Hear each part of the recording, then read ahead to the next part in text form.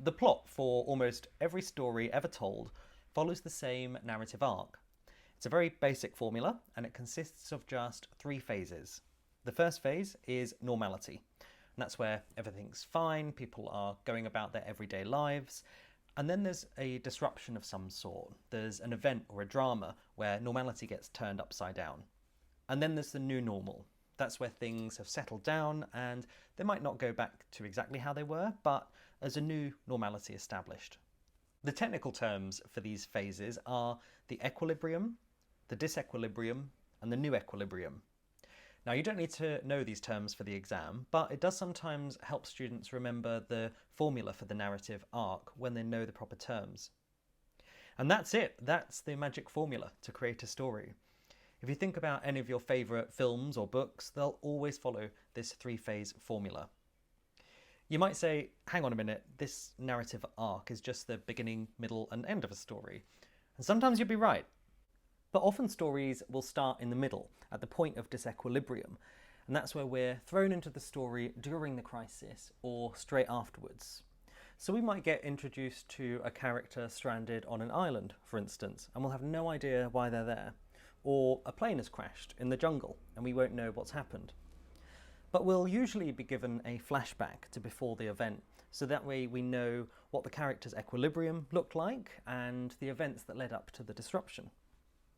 Then after that, once we care about the character and we know their backstory, we'll want to see what happens next for them, what their new equilibrium looks like and how they've been changed by the experience. You can follow that pattern in the exam too if you want. You can start right in the middle of the drama and then skip back, show how things were like for them before, and then forward again to them overcoming the event later on. That method can be really intriguing for the reader to start the story with. For example, there was total silence in the car. No one was looking at each other. Even the dog was facing the other way. This was going to be a long journey. It all started when... Now, it's that when is where you would start your flashback and explain how things were like before and how they got to be disrupted. Now, like we've just seen in that example, this three-phase narrative arc doesn't need to involve some big Hollywood action or a cataclysmic event. Sometimes the disequilibrium of a story can be quite subtle. In the example before, it was just a family disagreement, and this is where a story is much more character-based rather than plot-based. And the story is much more about the maturing of a person or a relationship.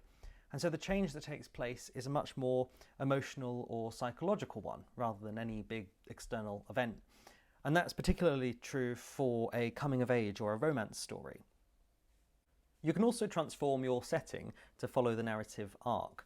So Twilight works really well for that, so you can either go from day to night or night to day, and that way the change in your setting mirrors your plot, which can also allow for some pathetic fallacy. Quick exam tip here, make sure that your tenses stay consistent. So ask yourself if the action that's taking place is in the past, the present, or the future. So just because your scene is transforming tonight, say, that doesn't mean you switch to future tense. So if the action is still occurring in the present, just stick to present tense. Just make sure that you don't chop and change tenses for no reason. Once you're confident practicing different plots, you can then start to intertwine your narratives. For example, perhaps your story starts on a boat and they discover a plane wreck. Think about how you would merge those two stories. Or perhaps you have two different characters travelling in separate cars and their lives come together somehow. Do you want the two cars to crash? Or perhaps they pull up to traffic lights and they recognise each other. It can be really entertaining for your reader if you try and offer them different perspectives like that and involve a plot twist. It shows that the writer is ahead of the reader, and it's something that you can practice and become very good at. Whether you have just one narrative or a parallel narrative, or whether you're starting in the middle or at the beginning of your story, just make sure your writing is cohesive and reads as one complete piece. That doesn't mean you need to have a perfectly wrapped up ending. It's sometimes better to leave the ending open and let the examiner interpret the end however they want. You don't even need to know how your own story ends, and that's the beauty of a great story sometimes. It's that the ending can be very personal to the reader when it's left to their own imagination. That's a great way to make sure that the examiner loves your story, Remember, they've probably read about 100 quite boring answer papers before they've got to yours, so this is your chance to cheer them up with a good story, and they'll thank you for that by giving you a good grade for it. So how can you create an entertaining story in less than an hour? Well, remember, you only need to write 350 to 450 words for this section. You're not expected to write reams and reams, you don't have time to, but you can write a very good, complete story with a short word count. Here's a really good example of that. It's a complete story in just 6 words. For sale, baby shoes, never worn. Now, what makes this such a great story is the ambiguity of the plot. The reader asks themselves, has the baby died? And is that why the parents are selling the shoes? Are they really poor and they need the money? So the fact that they're selling the shoes rather than keeping them as a memento, perhaps that adds an extra layer of sadness to the story. Or has someone always wanted a baby, so they bought these shoes in anticipation, but they've needed to give up that dream now, and so they're selling the unworn shoes, in which case they become a symbol of a wanted baby that has never been born. Or is it just that some happy parents are selling off some unworn clothes that a baby has grown out of? Whichever interpretation you go with, or if you have one of your own, the story stays with you for a lot longer than it takes to read.